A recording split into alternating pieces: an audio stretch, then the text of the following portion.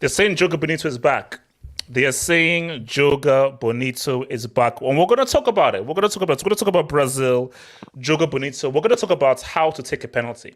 We're going to have a ABC of how to take a penalty and put it in there and so forth. So Brazil, talk about Brazil, Japan, Croatia, and we're also going to look ahead to tomorrow's games. The GOAT returns. The GOAT returns. They said that they want to start him.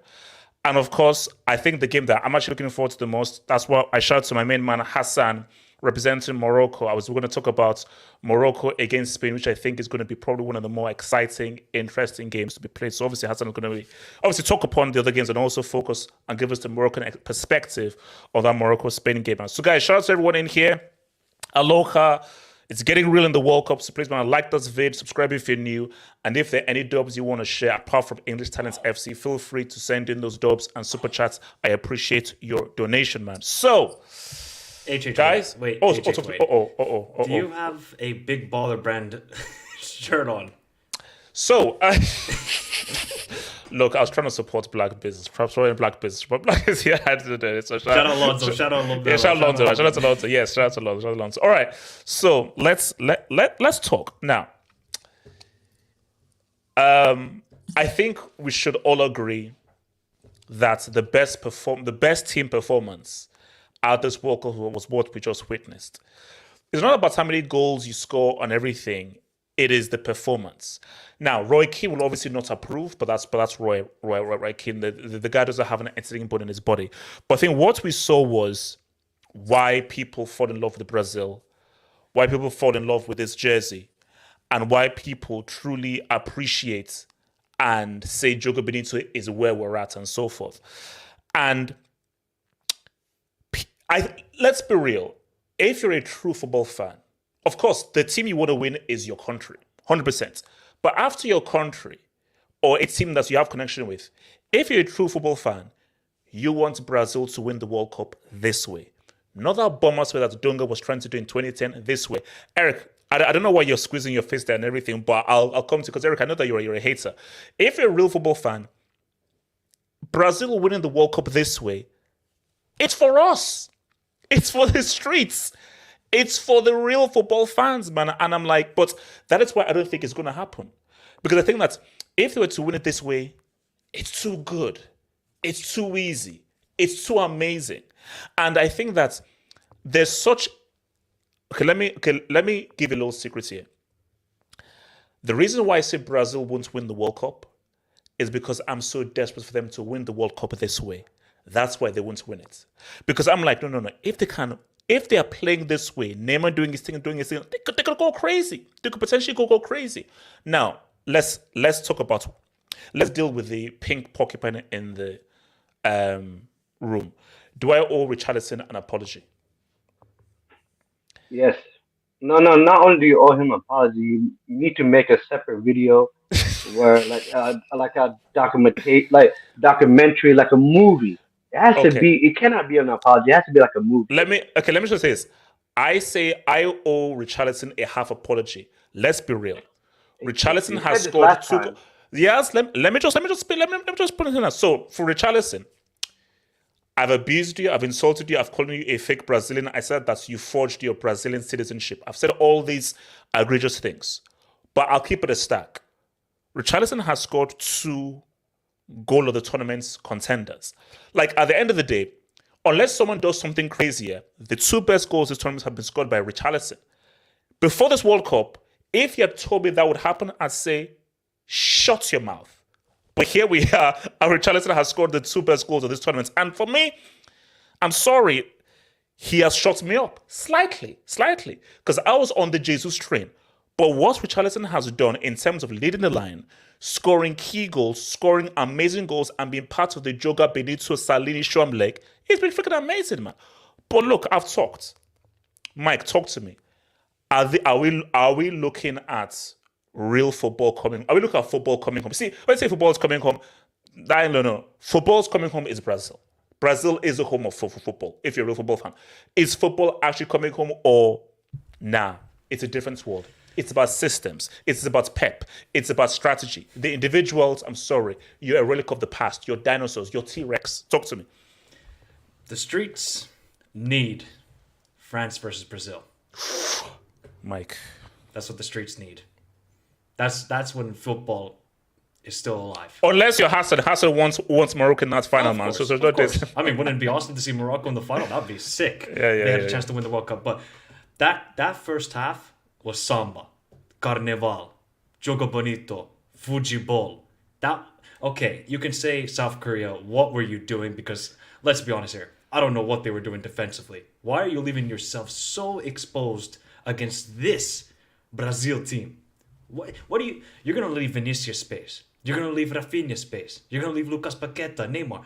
The names on this team are ridiculous. When they want to play, and you saw, they played free, they played happy. Look at I can guarantee you, these bums, Roy Keane, Graham Souness, Gary Neville, they'll all say, why are they celebrating after the goal? You idiots don't understand football. It's about having fun and enjoying the game. And that's what Brazil did today. That's what I appreciate. Richarlison, I hate the guy because he played at Everton and he was a bum to Liverpool because of what he did sometimes. But I have to say, he's actually Brazilian. He's got sauce. I didn't know he had sauce. He actually has peri-peri sauce. I didn't know he had this sauce. I thought he was just gravy. I thought he was just gravy. But he's actually peri-peri sort of guy. But, okay, they're going up against Croatia. Now, that's going to be a test. That midfield, that's going to be a test. Let's see. I mean, if they can, they gave up chances in the second half. Alisson made an incredible save in the first half on Hwang Hee-chan. He made 3 incredible saves during the game. So that just shows you that this Brazil team is complete defensively, attacking-wise, midfield. It's just mentality. Can they play with the same sort of flair and win the games? I hope so, because I think football needs this desperately. Yep, desperately. Hassan, talk to me, man. Brazil, your thoughts on Brazil? And I think Brazil, they have a good team. They have a really good team. They show in every in the defense, midfield, attack, they're good, but they didn't have a test yet, a real test. They didn't have a big team. I think even Croatia is not a big team for them. I think the only test is gonna be it's either. But Croatia are better defensively though. Croatia are much better defensively than South Korea though. So that would be a much more. They'll be hard. Yeah. Brazil want to do to Croatia what they did to South Korea. That's not. That's not happening. For sure. In South Korea, they just left themselves open, and that's not. It's impossible to play head-to-head like that against Brazil. You can't do that because they don't have the talent, they don't have the defense, they don't have the tactics. By the way, my voice is cracked from screaming at Morocco games and also getting sick. Okay, I get it. It's good. It's good. So yeah, I think I don't know if football is coming home though. It's gonna be it's not easy because there's some favorites, man. There's I think England is a big favorite. England is a big favorite. They have a complete team, in my opinion. France, I don't know about France. If they had Pogba and Kante, then we would be talking. But no, I don't think they are favorites. All right. Okay. So let me come to Eric. Eric, talk to me. Yeah. Okay, so I'm gonna start off with with basically hating because you don't like Brazilian football and Jogo Bonito. So starts with hate. Starts with hate. No. I need to speak on my guy Richarlison. Because I remember not too long ago I was mentioning Richarlison. I kept trying to remind this brick in shades about Richarlison, and he said, "No, Richarlison. Who's that? Who's that guy? Who's Richarlison?" And I was saying, "Yeah, Richarlison for the national team." And you were too busy talking about your guy Rafinha. You were too busy talking about what's his name, Daniel. But Richarlison is the guy you should have been thinking about because he's always been a good player for me. But I didn't realize he can do what he's doing in this World Cup. He's really good apparently. So he definitely deserves his props. He deserves the respect. And let's see what they can do. This was not a test at all. No. Some people actually thought South Korea would do something. No. But let's express for real. I think I was disappointed by how easy Brazil is. I think, look, we all thought Brazil were going to win. But we thought South Korea, okay, no, maybe they'll offer you a few scares and everything. I didn't think that Brazil would rip them up like the way that they did. So, I mean, all I can say is, what a goal. That was a really, really good goal from, I don't even remember who it scored. No, the South Korea. Oh, goal. Yes. That was a great goal. Great goal. Yeah. So some kind. So I don't say like just briefly. I mean, Eric, man, I'm sure Mike will agree. Alisson has been money. Alisson has been really good, man. Because we talk about the Jogo Bonito, the attack and everything. Brazil defensively, they are basically you have to basically score like a worldie to pretty much beat them when they're at full strength. Yeah, Alisson, we know how good Alisson is. For me, you shouldn't be talking about people like ex-Chelsea goalkeeper. I'm not gonna. 50k. No. Ex-Chelsea keeper. His name is 50k. His name is 50k. Not that one. Okay. I said ex-Chelsea. Okay. Yeah, the guy you think is the best keeper, but I don't think he's the best keeper. Oh wow. Wait, Thibaut? Toi. Yeah, Toi. I don't want to call his name. So for me, you should be looking at guys like Alisson. Alisson is for me is better. Even you can even say Ederson is better, to be honest. Yeah, and okay, they're both in the same team. No, so. I mean, you can argue it. You might say no, but some people you can. So for me, like 100%, this team is like I don't want to be. I don't want to get ahead of myself. I said they are the best team from what we've seen. The performances, not people were getting carried away when Spain beat Costa Rica 7-0, and I was saying no. Brazil look like the best team so far, but it's like was said. It was just said a few seconds ago. They need to get tested. Croatia will not be a test, in my opinion.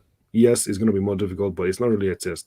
A test is after that. When they get past Croatia, Eric, the streets are saying I should drop a break, like because you mentioned Edison. They said that I should drop a break. Some said that I should drop 2 I didn't say it's better. People need to listen, man. I said you can argue it. People will tell you Ederson is better. People would actually tell you this, but it's not me. I'm not saying that it's me, but you can definitely argue it. So if let's not pretend Ederson is not one of the best keepers in the world. What? Wait, now? Yeah, he's still in one of the 2022. Ederson. Yeah, of course, yeah. Ederson is still one of the. Well, am I speaking French? Okay, let me hit you.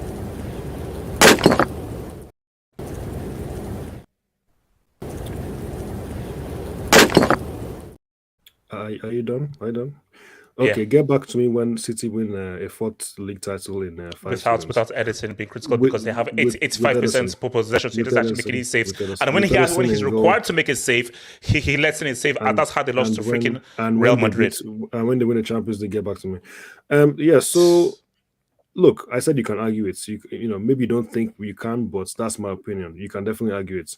But back to the point of Brazil. This was way too easy. I mean, this was the easiest round of 16 game I've ever seen. It was ridiculous. It's one of the easiest I've seen. Actually, it's true. That's true. Actually, like it's probably one of the most one-sided round of like non-knockout games I've seen in a while. But it was it's crazy. Yeah, Brazil amazing. Neymar barely broke a sweat. I mean, it was just a walk in the park. Literally, but let's see what happens. Let's not get ahead of ourselves. It's very Croatia are waiting and potentially Argentina. Yes, they are greatest ahead. But last comments, you have to respect Richarlison. You have to respect him. I'll only respect him if he scores in the semi and then the final. There you go. Scoring against Switzerland, Serbia, and South Korea ain't gonna. Last I checked, it doesn't move me. It doesn't move me. Last I checked, but okay. It doesn't move me. Yes, talk to me. So I mean, as much as there's multiple things that came to my mind watching this game. I felt, as a human being, I generally felt bad for Korea. There was a moment where they got stomped on. I should say South Korea. South Korea. There was a moment where I thought about should we actually think about doing a forfeit rule for the World Cup? Is that a thing? Like, what's going on here? Like, it was that bad in the first half. But to be honest, like, I understand, like, in this case, you want to be critical and analyze the game and stuff like that. But South Korea was just like not. The competition was just too vast. I feel like there was just nothing they could do. Like. So if you're saying this, then so I think that we shouldn't read too much into what Brazil did because South Korea were so bad. So is that South Korea was so bad? This performance doesn't mean anything. I know it's two things. I think Brazil came with the right mindset and the guys were up for it. And when Brazil are up for it, and South Korea just don't have the quality. That's just the honest truth. And I felt bad because when I was watching the whole game, man, it like South Korea was doing the best that they could, but your best they could was just not good. Like it was miles off, and when Brazil gets into that groove, HH like some of the like players they have like Lucas Paqueta was doing some, like Rafinha was looking like I'm like yo Rafinha looked my good. That's also one of his best games. bro, even my dad said, my dad was like, "Who is this guy?" I'm like, "Yeah, Rafinha from Barcelona." I said, "Really? This guy?" Yeah, yeah. Like, I mean, Vini, man, the first goal, man, he took it very well. I mean, Richarlison, actually, I've been saying this about Richarlison for a long time. I Oh, mean, it, please. no, I mean, I've Let him do it in a overrated. semi or a final. Let him No, do it in a major semi or a final. I mean, Richarlison does what Richarlison does, but let me say, but I feel like this Brazil with Neymar is just different than Brazil without Neymar. That's just honest truth. Yes. Like if I genuinely believe that, I don't think they would be this dominant without Neymar. I think Oh, no. Neymar Neymar gives him a lift. It gives him a lift. And he not doesn't not even have to fully be involved. Just him being there gives everybody a exactly. mental I boost. just I just think that it just created some. I just think him just being there creates so much space for everyone else. I just feel like the amount of space I saw today that Vinny had, Rafinha had, like they were just because of Neymar. Just Neymar just being there and his eyes on him, people so super focused on him. It just takes that attention away from all the other guys.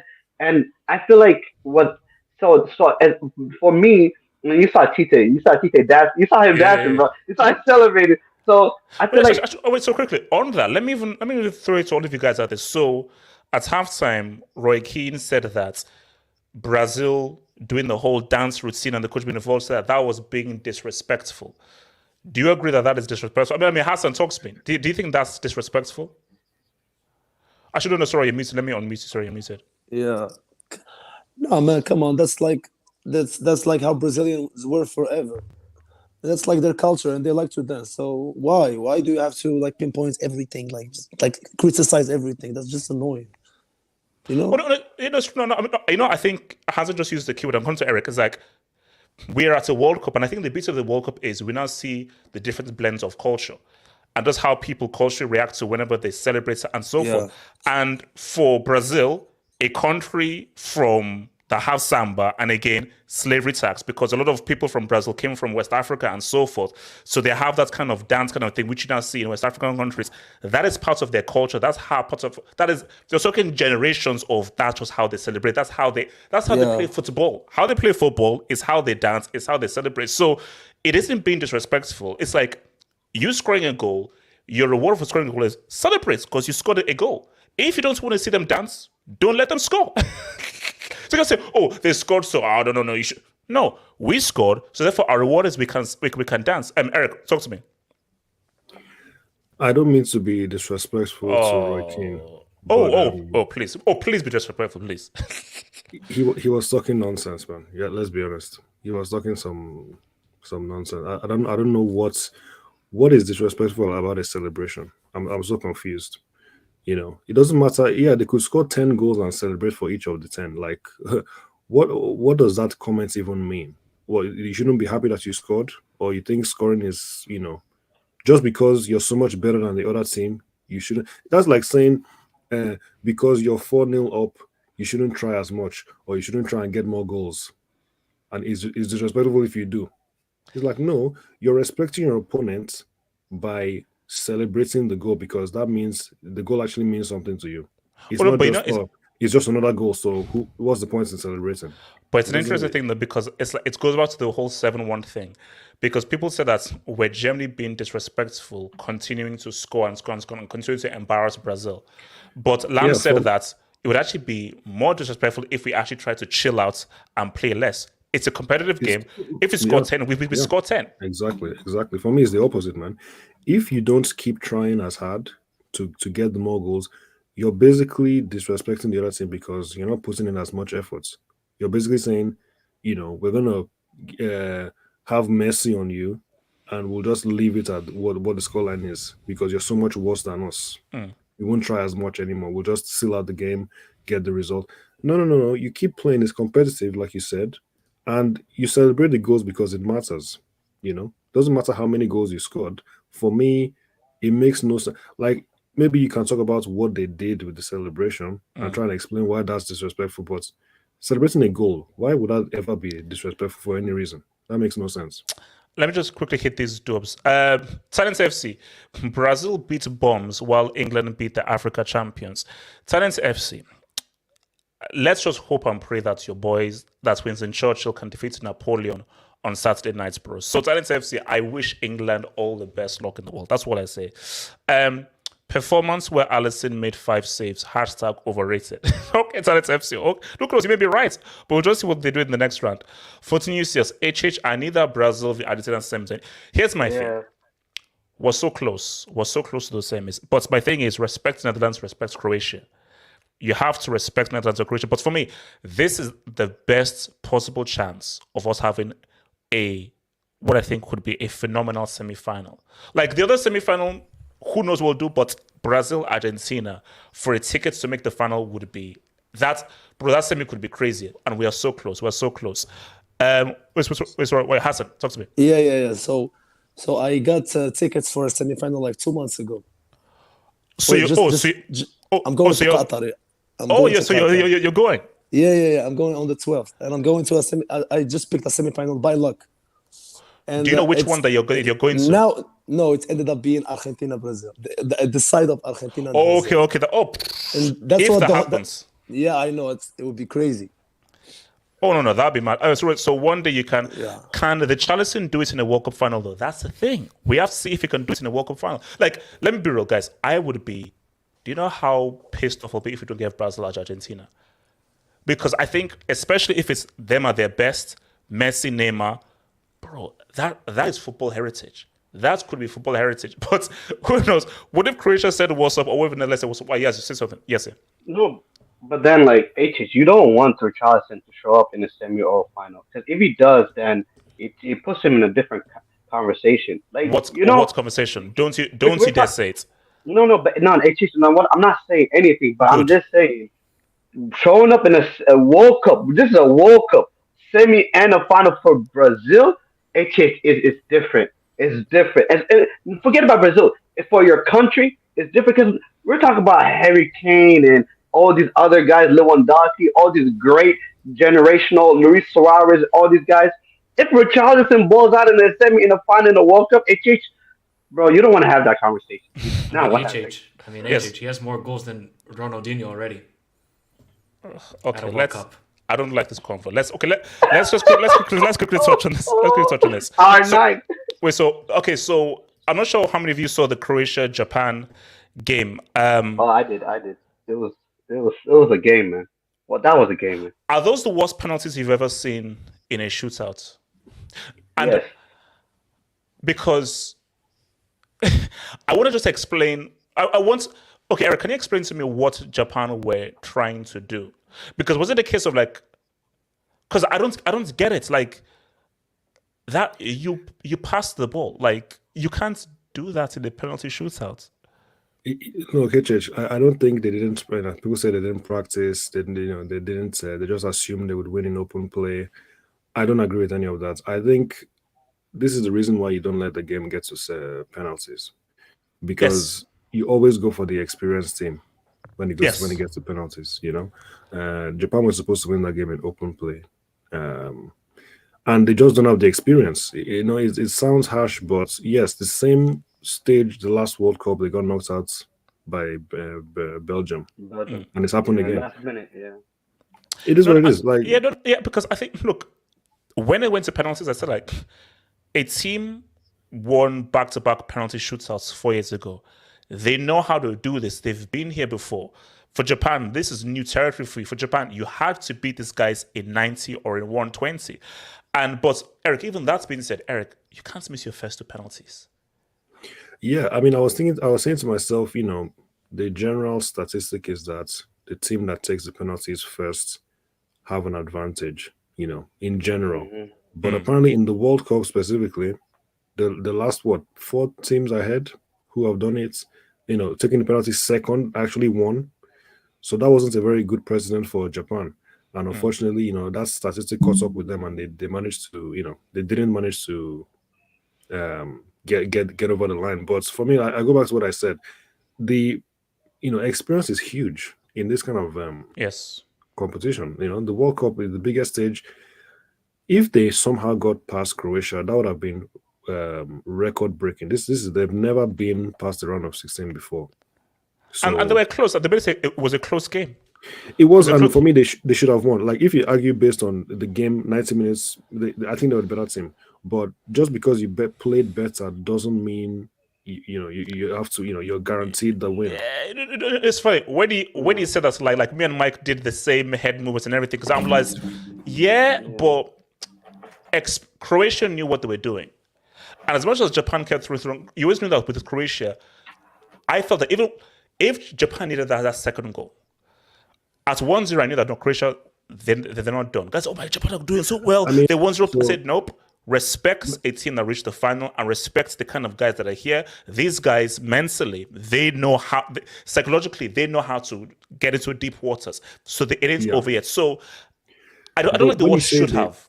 When you say they okay, maybe you shouldn't say should have, fair enough. But basically, in my opinion, even after Croatia came back into the game, but Japan was still the better team over 90 minutes, I think. Yeah. But in terms of Croatia knowing what they were doing, I don't think they knew what they were doing for the first half, to be honest. That goal came from nothing. They just crossed the ball in, really good cross, really good header, equalized. But like, if we're being honest, what were they trying to do in that first half? I don't know. No. I think Croatia only come alive when you score against them. Like, that's how they've been. They're very conservative and they don't want to give away anything. But I think once you score against them, that's when they then raise their game. Like, before then, Japan, it was all Japan in that first half. So, Mike, talk to me. There are 3 things guaranteed in life. Death, taxes, and Croatia winning on penalties. Japan are inexperienced in this situation. That was the key. And you saw it. Like, Minamino and Mitoma's penalties were garbage. I mean, it's so funny. Like, I knew Minamino was going to mix. I didn't think Mitoma was going to miss. I just felt Minamino miss. But when Mitoma, I was like, oh, damn. I was like, no. Then it was over. Yeah, but you see the difference. Croatia knew the scenario, and Japan were just the babies in this, and they performed like the babies, and that was their downfall. Look. Croatia, they didn't play their best game. I don't think Modric was that great. I mean, he had that one shot which almost went in, by the way. That was great shot. Half volley. But otherwise, like, Croatia, they're just struggling in the attack. Like, they're missing Mandzukic badly. They need like Ivica Olic or Mandzukic or somebody like that. But they have Budimir and Petkovic and these bums. Like, what can you do with these strikers? Nothing.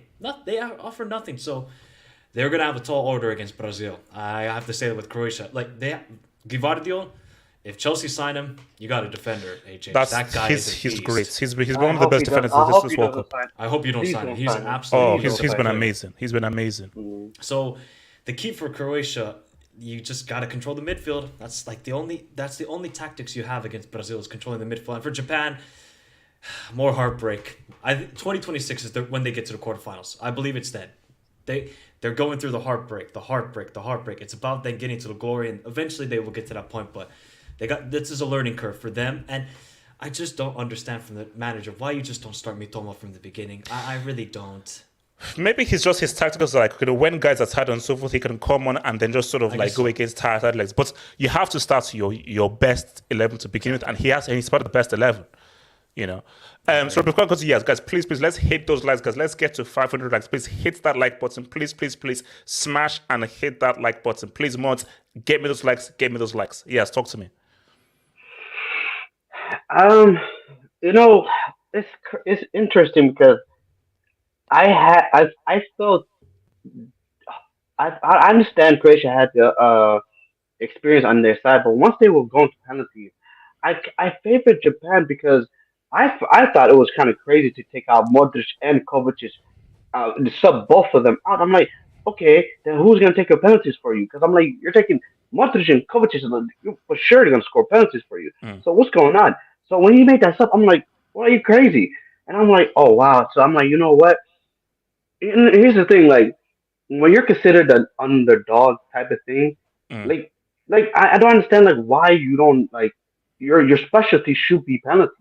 Because if you get to the penalties, that's just my general opinion. Like, okay, let's get to penalties and let's make sure we score penalties. But like you said, like experience is everything, and taking a penalty is not as easy as the viewers and people that watch football believe it is. No, because my thing, So, that's why penalties, for me, I will always go with the more experienced side. Not always, because penalties will always be a lottery. It will always be a lottery. But if you have to choose, you'd go with the experienced side, because penalties is about how can you deal with nerves. Because really, most guys can score a penalty in training, but you played for 2 hours and you have to deal with the pressure and the nerves. And if you experience those things many times and come through successfully, you're like, okay, we've been here before. We know how to focus, pick a side, accuracy, power, and just execute, because we've been. And Croatia have third penalty shootout now where we know what we were doing. We pick a side, we shoot, and more times than not, we put the ball in. So again, if you're a team going up against Croatia and it's this penalty shoots out, Croatia know that, okay, we feel confident. And we now have a keeper who we know that can save shots. So it's interesting because, like, as much as they said the keeper, because it's just, I'll be real with you, the first two was just horrendous. Oh, like, no, it was poor.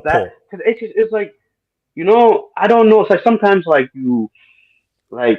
don't know what goes through people's minds, and sometimes I feel like people tend to be more clever when it comes to penalties, like, and then sometimes like you just need to blast it, bro. If I'm nervous, if I'm at World Cup and I'm nervous, I am smacking the ball in. And then it goes over the bar. And then it goes over the bar. No. Yes, look, it's hard. I'm not going to come out and say this is what you need to do, because you can't cater for 2 hours of football and nerves and massive pressure. All I'll say is two things. Pick a side, stick to that side, and have the right amount of power and accuracy. Because the right amount of power and accuracy, the keeper can't save it. If not, it's just hard, bro. No, let's say, if not, try and actually go in somewhere and go through the middle. It's easy to say, but the last part, Eric, I know. Yeah, what you need to add to that is probably you need to try as much as possible to fool the keeper into thinking that you're going the other way. Yes. Because if you make it so obvious where you're going, the keeper's going to save it. Oh, no, because I'll tell you a story. So I think I put this on Twitter. So this was the only time I was a keeper, because for some reason they shoved me in as a keeper in this game, and I was horrible. I was crap. I let in like 5 goals. But during the penalty shootouts, I saved 2 penalties. And this is what I always say. And this is just a thing. Run straight at the ball. If you're a keeper and you run at an angle, you can make an educated guess where the guy is going to go. So if you're coming in at an angle, I can see that the way his body shape is going, if you're coming at an angle, I can think he's probably going to go there. And that was what I did. Because the guys were coming at an angle, I can make an educated guess. Like, the way he's running, I think he's going to go here. If he runs straight, all I can do is just guess. So I think that for the Croatian keeper, he saw how they were running, was like, based on how they're running and so forth, I think this guy's going to go bottom left. He was also diving really early. I noticed he was moving really early. Yeah. If you're the kind of taker that you wait and watch the keeper, you probably like score most of it, because he was moving really fast. Eric, see, that's what Neymar does. That's hard, bro. That's hard to do. That's hard to do. It is hard, yeah. Because the whole thing, because that's what Neymar and Balotelli do. But that is hard to do on everything, because you can mess that up if you wait too much and you just mess all up. about timing. It's all about timing. Your timing has to be really good. So basically, Neymar is really good at that. And here's the thing. If you can do that well, you'll always score. Because if you can put it where you let the keeper move first, by the time his body is going to one area, he can't. Hence why, that's Neymar penalty. He messed up with the keeper. Because the keeper's body weight was already to this way. So that's why he didn't even die, because of like, oh, damn it. He got me. No, because if you watch the penalty, what was the keeper supposed to do? No one in the whole stadium, even the people who was watching, knew exactly where the ball was going to go. The ball just went there. No, because that's why. Because like Neymar's, here's the thing, it's a hard technique to do, but Neymar's technique, pretty much 9 times out of 10, you're going to do it because the keeper is going to commit some place fully. So for Neymar, he waits until you're committed, then you go. But I think at the end of the day, bro, is that power accuracy. Accuracy. Sometimes the keeper doesn't commit. That's the thing. Sometimes the keeper doesn't commit. Like Pickford against Jorginho in the final, and also yesterday Lewandowski against French keeper. What's his name? Lloris. Lloris, yeah. Lloris, yeah. Lloris. Yeah, so that's if the keeper like waits a little bit, it can be hard for the player then, because then you have no power on the. But you know what they would say? It's funny. Do you know the best penalty takers, the most reliable ones? Defenders. Look at Harry Maguire's penalty last summer. Yeah, Maguire. Because you know the thing about defenders, they will always go for power. Attacking players will tend to go for placements, and placements can be tricky. But you know what's better? Placements and power, like Harry Kane does, because he practices them. He hits it really hard. Oh yeah, no. The best thing to do is placements, power. 10 times out of 10, you score, because from how far the penalty is, the keeper can't save it. Placement and power. If you put it right into the corner, the keeper can't save it. It's impossible. But my thing though is that for some guys, you have to do it with nerves and pressure. They're scared that, man, if I go for power, that thing is just going to go too hard and everything. So basically, penalties, it's difficult. It's difficult to do because the key thing about penalty is it's the pressure. A penalty in training, it's easy. In training, that's easy. It's the tiredness, your legs feel heavy, and it's the pressure. That's what messes you up. You know? So it's like, but still though, but who do you say is the best penalty taker you've ever seen? Street, talk to me. Best penalty taker you've ever seen. I was going to mention his name, but because of your love for him, I decided not to say anything. Oh, who? His name starts with a H. Harry Kane? No. Hazard. No. Hazard is good, but do you remember a guy called Mendieta? Yeah, okay. He was good. Give me really, ever. No. See, best ticket I've ever seen is Balotelli. Ooh. His technique was perfect. Yeah. Okay. His technique was perfect because he waited and he put it right into the corner. He never missed. I don't think he ever missed a penalty. Oh, no. The first one he missed was Pepe Reina. I think he missed about 3. But I remember his first one because it was against Pepe Reina. Pepe Reina saved it, and Pepe Reina basically asked for his jersey because he was the first keeper to save his penalty. So, Mike, what about you? Best penalty kick you've ever seen? You know who's a good one, actually? James Milner. Yeah, he's good. Milner is good. Yeah. You know, he may be a brick player, but he's good. And he picks it with power. That's all he does. What? And he puts it right in Messi. Yeah, I think Ivan Toney in the comments. Ivan Toney too, yeah. Oh, you see? Okay. Yep. Yeah. He's never Milner's missed. Sick. Yeah. Oh, no. Milner is good. And also, Milner, he goes for power and accuracy. So you always can't low. save it. He always goes low as well. Every single time. So, yeah. No, for me, the best penalty taker I've seen. I know you guys say Balotelli. For me, Hazard. Hazard was always. Hazard is good. Hazard is very good. Hazard was always 100%. Yeah, I don't know how he did it, but it's just. I guess it's like the technique. I guess I don't know. Played with the technique. Okay. So if you're a penalty kick, what would your technique be? Because for me, I've had this technique. I do you know who I got this technique from? Okocha. Mine is always bottom right, side foot to bottom right. Side foot. Yeah. Side foot, bottom side right. Foot. Yeah. Side foot. Yeah. Yeah. Just because power, I can't do power. Power, I'll miss. For me, I just I run straight bottom right or through the middle.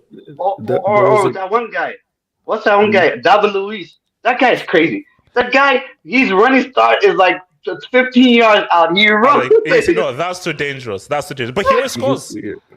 Except when let us go on. Okay, yeah.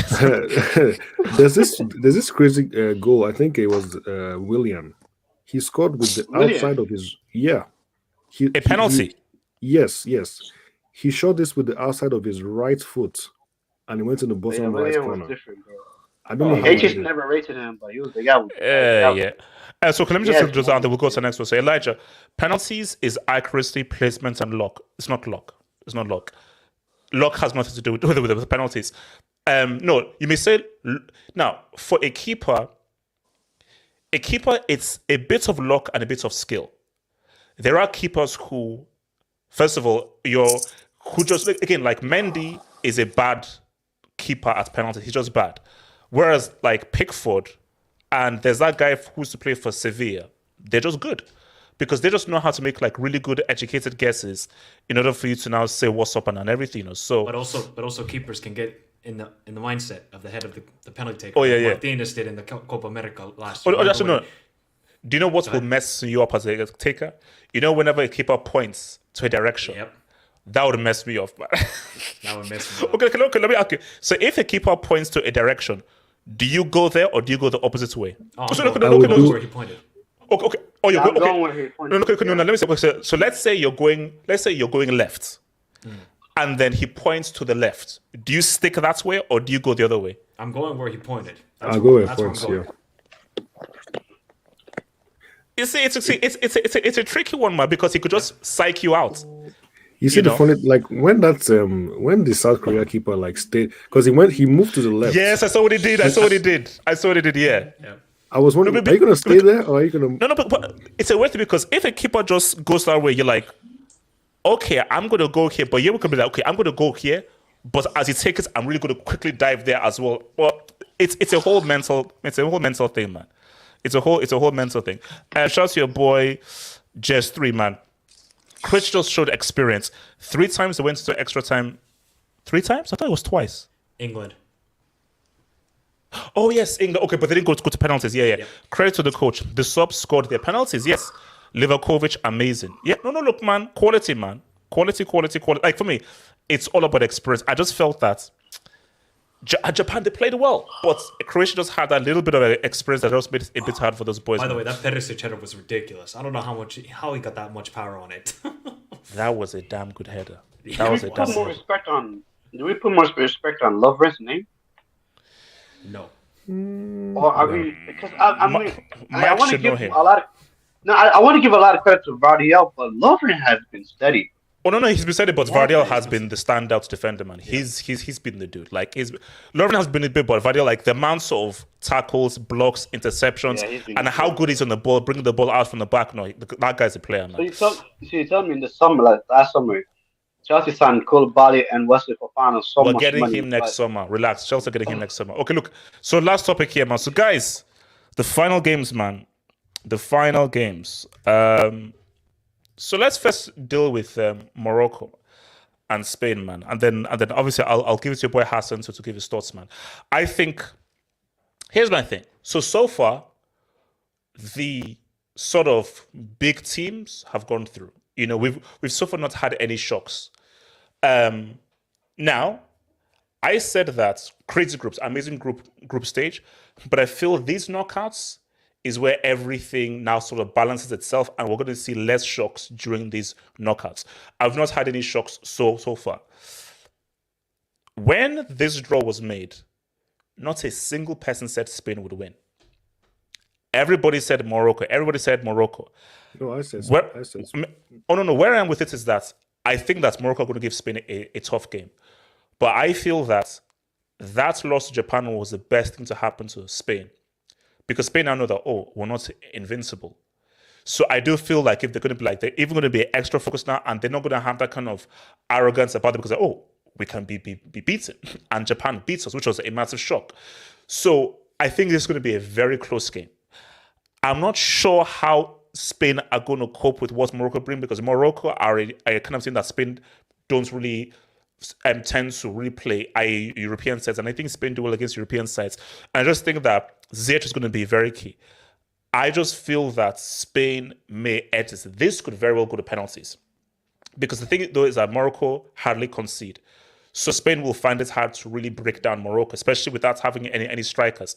And I don't know whether Morocco may cause Spain some issues, because Morocco are a side that they can just hit you quick, fully direct, and especially with the speed of El Nesri and Ziyech's passing, they could say, "What's up, man?" But I'm going to just make a very this is a very quick comment. I hope I don't jinx it, even though I don't believe in that. So basically you're about to jinx it. Okay, go for it. I'm hoping and I'm thinking that this is going to be a really entertaining game. Oh, you've jinxed it, man. You've jinxed it. Eric, all you have to do is just shut your mouth until a few hours and so forth. All you have to do is just keep your mouth. Thanks a lot, Eric. Eric, if it's a boring game, I'm going to blame you. You just have to just anything. Hassan, talk to me, man. Hassan, man, they say it's a big game, man. Hassan, can you shock the world? Can you beat Spain? I actually don't want to say anything because, we do believe in the jinx in Morocco. It's called the eye. It's called the balota. We call it balota. It's like the jinx. And I do think we do have a good team, a good direct team, defensive. We have good passers. We have a really good defense. Hakimi and Bono are pretty good, and even Saïs is pretty good for Wolves. Yeah, and also, also the Morocco coach, he was a defender, so I think that's what helps the defensive thing. Yeah, and he also plays very like he knows that he doesn't waste time with like tiki taka and stuff. Like he plays direct, plays with hearts, plays with just really defensive, and that's how we've been playing the whole tournament. We conceded 1 goal. It was an own goal. Like it was a mistake. So I don't know. The only problem I think is Spain are a team that's like if you see Morocco's games, like we have like 300 passes, 400 passes max. We don't play a lot of passing. We don't do possession a lot. And Spain, that's what they do. So we're gonna be running after the ball a lot. I think that's gonna be a problem. But don't forget, man. Like Spain and Morocco, it's a derby. It's like that's what I've heard. It's a derby, man. It's not just a normal game. It's like we're 14 kilometers away from each other, and like it's like we're being colonized by Spain. So I think it's gonna be like a crazy game. So I do believe that we can do something. It's not like we can't, but it's not gonna be easy at all.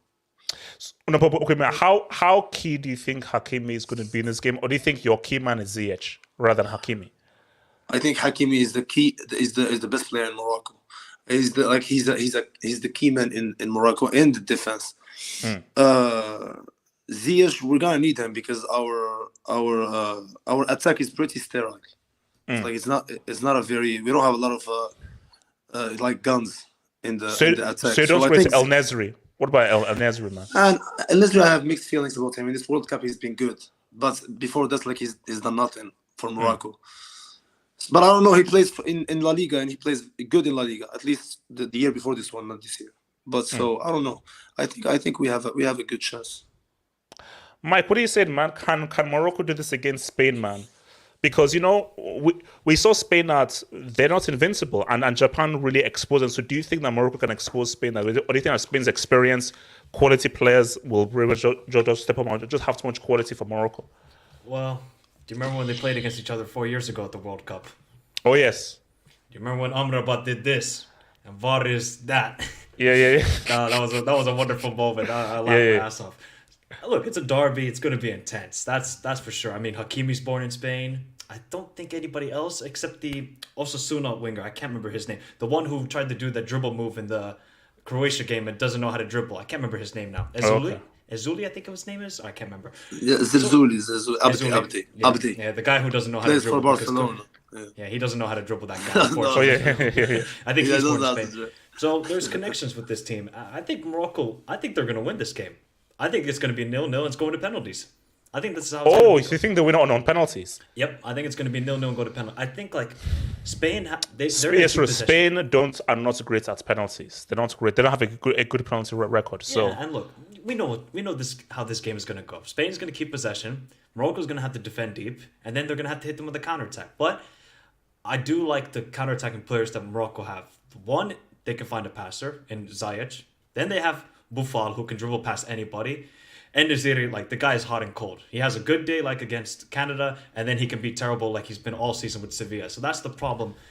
Like Spain's just midfield. It's just too good. That's the problem for Morocco. How are they gonna maintain it? If they can I think for Spain, it's like this one thing about playing Spain. You have to accept that you're not gonna have. Do you know what? I think they said that Japan beat Spain with the lowest ever possession 18%. of a team at a World Cup. 18%. So it just shows that like let them you don't roll the midfield and everything. When you have the ball, hit them and hit them hard, which is why I say that Hakimi is key. Because Hakimi is a winger, he plays out wide. So when they have the ball, you've got to use the ball quickly, smartly, intelligently, and make those intelligent passes. Because once you just hit those spaces, because the thing about Spain is that when they lose the ball, they want to win it back very quickly, and they press you. And once you press you, that means there's now space in behind. So you've got to hit them hard and quick. And if they do that, that's how they cause them issues. So forget about possession. Give them the possession. It's about what you do when they now give you the ball, which is the key thing. Exactly. Bro, don't you think that game was kind of controlled by Spain against Japan, because it was in their favor to be on the side of not Brazil and Argentina? You know what I mean? So don't you think they didn't like do all their they could to win against Japan? Oh no, I think for Spain, and also the second goal was like late, so they knew they were going no, but I think for Spain, they lost control of the game, and I think they underestimated Japan, because Japan raised the intensity, made it difficult for them, and I think when Japan, like when they really attacked them and so forth, because that Spain defense don't like to be attacked. So when you really go at them and everything, they don't like it, because Spain like to have control of the game fully. And I think once you really attack them, it's crazy. But the issue, though, is that control is such a loose word. Is control really about possession?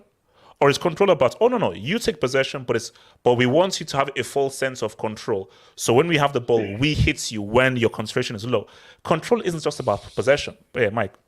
And yeah, I mean, Morocco have been playing this way the whole tournament. They don't have possession of the ball. They're a very direct team, like Hassan has said. So I like their like, I don't see Morocco winning in 90 minutes. I only see them winning in extra time or on penalties. That's the only way I see it. But with that crowd, if it's the same crowd at that stadium, man, the crowd is going to be crazy. It's going to be crazy. I mean, those fans are ridiculous, by the way. I mean, the amount of noise they make during the games is insane. So that can intimidate the Spanish players. Let's see. But a lot of Spanish people bought tickets, so we couldn't find tickets as much as before, because we did not know that we're gonna be in the. Okay, yeah, you know what I mean? Yeah. Because you obviously buy tickets from the group games. Don't really think about the next round. Yeah, exactly. And the last time we went to the next round was like in '86. We were the first ones, but yeah. First African team. Hey, shut up! Look, you're the only hope for the concert. You're the only hope. You're flying the flag, man. Yeah, talk to me, man. Can Morocco do something, or are Spain gonna rise? This is. I mean, I was one of those people that said I thought Morocco has Spain. They're gonna be Spain. But this knockout stage, it's becoming very conservative HH because a lot of the big teams and quote unquote big nations are winning. And the thing I fear for Morocco, and this is my fear for Morocco, is as well as Morocco has been playing, it's about concentration, HH. Concentration. And I feel like in lapse of concentration, Spain could get goals. And not a lot of goals, but then for me, it's like I don't think either team can afford to go behind, because I feel like that would dictate the whole game.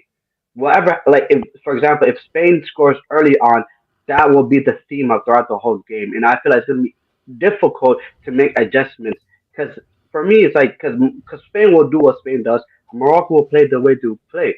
So the thing that I believe that what I think the Moroccan manager should be saying to his team, before the game, etc., is tell them to listen, calm down.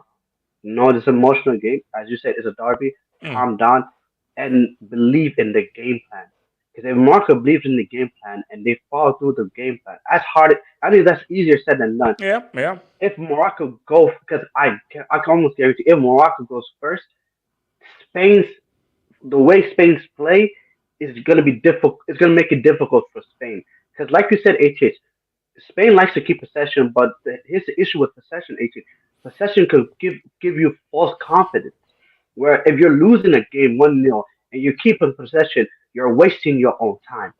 It's easy for 10, 15, 20 minutes to flow by keeping possession. Because you're like comfortable with the ball going back and forth. But you need that, and Spain does that. That Spain could fall into that trap. And all Morocco will have to do is make sure they just cover the spaces, fill in the spaces, and concentrate. So it's going to be a fascinating game. I think Morocco's style of play and Spain's style of play, I think I won't say Morocco favor, but it does favor Morocco. Morocco's style of play and Spain's style of play, this fits well for Morocco. So I say Morocco will win, but this is a knockout stage. This is about, like you said, experience. So if Morocco does lose, they'll lose because of their inexperience in being in the situation and Spain's experience. But if Morocco do win, it's because of their style of football. So, yeah. Eric, real brief, Morocco, Spain, and then we'll talk about scores. I'm rooting for Morocco all the way.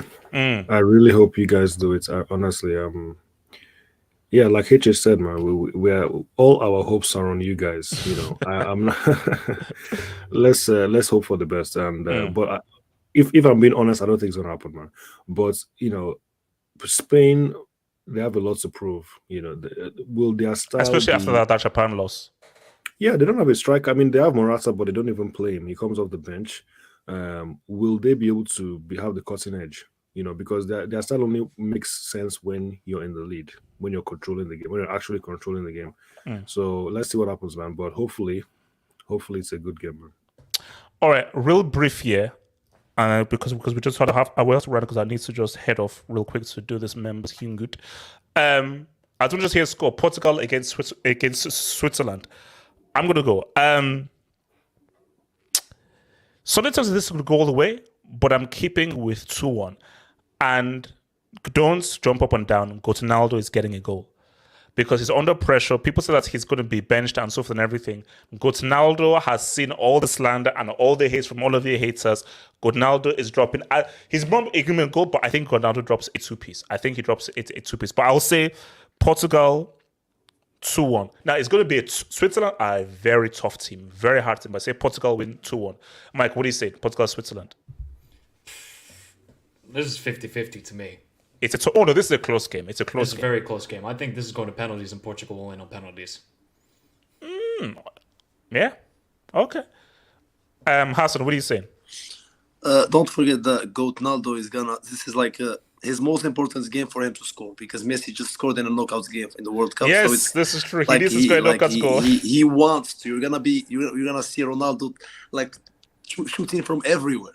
And you're going to see him diving. If you blow him, the guy's going to be diving and diving everywhere. He'll want it, but. So what are you saying? Score Portugal, Switzerland, Hassan. Score. I think it's gonna be a 2-1 to Portugal. Yeah. Yes. What are you saying? Yes. This is a bad matchup for Portugal. Portugal Switzerland are a tough team. Switzerland are a tough team. But I say 3-2 Switzerland. Actually, I think Switzerland wins. Yeah, I don't trust. They're gonna score 3 goals. Portugal. Yeah, it's gonna be. Trust me, the game is gonna be chaotic. I think the game is gonna. It's gonna be chaotic in spurts. I think there's gonna be moments where it's gonna be boring, but I think there's gonna be moments where it's gonna be like 1 or 2 goals going in, and all hell will break loose. So, I think Switzerland got this, guys. So, it is what it is. What I feel like that's a jinx. Yeah, of course. Eric, what is it? Yes, shut up. It's a jinx. Eric, what are you saying? Yeah, look, I don't rate this Portugal team. Yes, on paper, it's an amazing squad. I mean, when I thought about the players actually have in their squad, it's actually a really good squad. But in terms of on the pitch, they're not showing it for me. So I don't really trust them. I think they have to be very careful. I'm gonna say 3-1 Portugal, but I'm hoping that Portugal get knocked out. Yeah. Wow. So before we go, because Real Madrid is always there, Amrabat eats Pedri and Gavi for breakfast. Wow. Okay. Let's see what happens, man. JS3, besides Brazil, the quarters are 50-50 to me so far. That's good. Oh, no, they're close. Look, Hassan, I wish you all the luck in the world. I hope Morocco can do the continent proud. And I think it's going to be an interesting, amazing game. And again, Ronaldo, please give me a knockout goal because I'll be rooting for you. Which game is first, by the way? Morocco is first. And then Spain comes. So yeah, good. So guys, I'll see you tomorrow for the World Cup live show. And tonight's members hangout pops off in about 20 minutes tonight. I'll see you for the members hangout. Peace out, stay true. One love. Peace.